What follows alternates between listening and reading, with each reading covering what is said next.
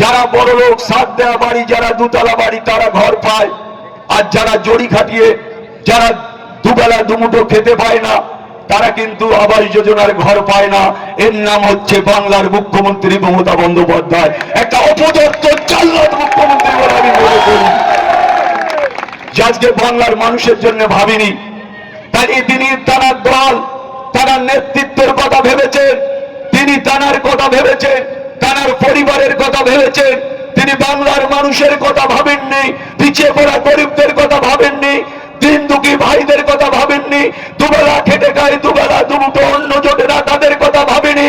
আজকে ওনার বড় লোক কাটাদের জন্য ভেবেছে এই অপদস্থ বিলক্ষকে এবারে বাংলা থেকে সরাতে হবে। তাই আজকে আমি এই দলটাকে আমি জয়েন করেছি। যে ভাঙড় বিধানসভায় যিনি আজকে আমার ভাইজানের বিরুদ্ধে লড়াই করছেন, তিনি ক্যানিংটাকে শেষ করেছেন। ক্যানিং এর মানুষ, ক্যানিং এর যারা আছে, আমি দেখছি যে অনেক মানুষ জড়ি খাটিয়ে বাস করছে, তাদের দুবেলা দুমুঠো খাওয়া হয় না। আর আমাদের যিনি ভদ্রলোক এখান থেকে দাঁড়িয়েছেন, তিনি 14খানা গাড়ি নিয়ে ঘুরে বেড়াচ্ছেন, তারা সামনে পুলিশ, পিছনে পুলিশ, ডাইনে পুলিশ, বাঁয়ে পুলিশ। আজকে তিনি একজন ক্যানিং এর বিধায়ক, যেখানে 70% মানুষের খাওয়া হয় না, জড়ি চালে চাল খাটিয়ে বসবাস করে, সেখানকার বিধায়ক এইভাবে চলে, এটা আপনাদের ভাবতে হবে। আজকে তিনি কার সাথে লড়াই করছেন? ভাঙড়ে এমন একজন ব্যক্তির সাথে লড়াই করছেন, তারা জেনে রাখা উচিত যে তিনি ক্যানিং এর মানুষের কাছে জোর করে ভোট কেড়ে নিতে পারে, কিন্তু ভাঙড়ের মানুষের কাছে ভোট কেড়ে নিতে পারবে না, এটা ওনার জেনে রাখা উচিত।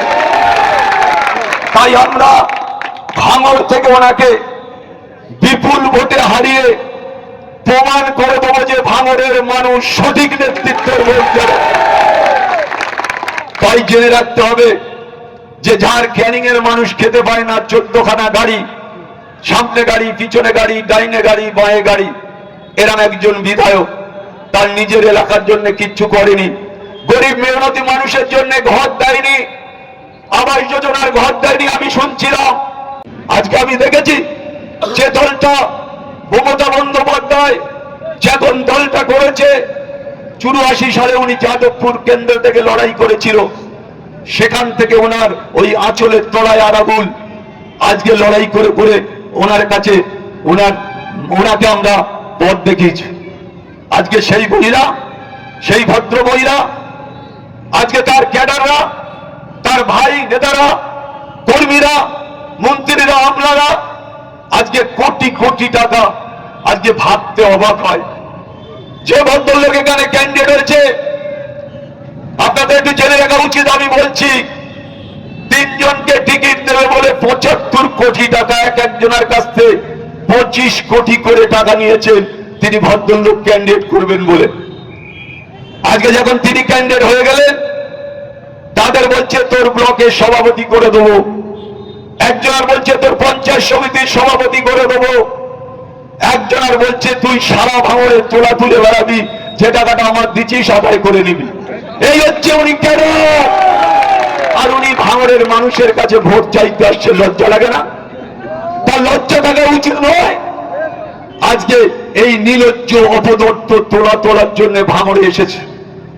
শুধু 75 কোটি টাকা নয়, আপনারা এই ক্যানেলে বাস করেন, ক্যানেলের ধারে একজন তারদা অঞ্চলের নেতা, তার দায়িত্ব হচ্ছে যত ওয়েটল্যান্ড, খাল জমি, বর্গা জমি, পাট্টা জমি বিক্রি করার দায়িত্ব তার। আপনারা ভাবলে অবাক হবেন, তারদা অঞ্চলে একটা জমি বিক্রি করেছে, 300 বিঘে জমি, সেখানে প্রায় 2000 কোটি টাকা আত্মসাৎ করেছে। তারপরে যখন সেখানকার মানুষ জানতে পারলো, যখন মাথায় পাখি বেঁধে নামলো, তখন নেতারা সব ছুটে পালিয়ে গেল, সেখান থেকে জমি ঘিরছিল। আজকে ওয়েটল্যান্ড বিক্রি করছে, খাল জমি বিক্রি করছে, ডেঙ্গা বাস্তু জমি বিক্রি করছে, করে 600 কোটি টাকা তুলে কিছু নেতা আছে, কলকাতার নেতা, তাদের কাছে এই টাকাটা পৌঁছতে হয়। আমার বহিষ্কার করার জন্য 2 কোটি টাকা নিয়েছে। সে বলে আমি বড় মুসলমান, 2 কোটি টাকা নিয়ে মমতা বন্দ্যোপাধ্যায় এখন কানে শুনতে পায় না, চোখে দেখে, চোখে শোনে, আর কান দিয়ে শুনতে পায় না, উনি কালা হয়ে গেছে। বাংলার মানুষের কথা শুনতে পান না, উনি শুধু নেতাদের কথা শোনেন। যে কটা তোলাবাজ নেতা, যে কটা হাজার হাজার কোটি টাকা যাদের ধরলে পাওয়া যাবে, ইডি সিবিআই তাদের সাথে বকরা করে টাকা, এটা জেনে রাখতে হবে।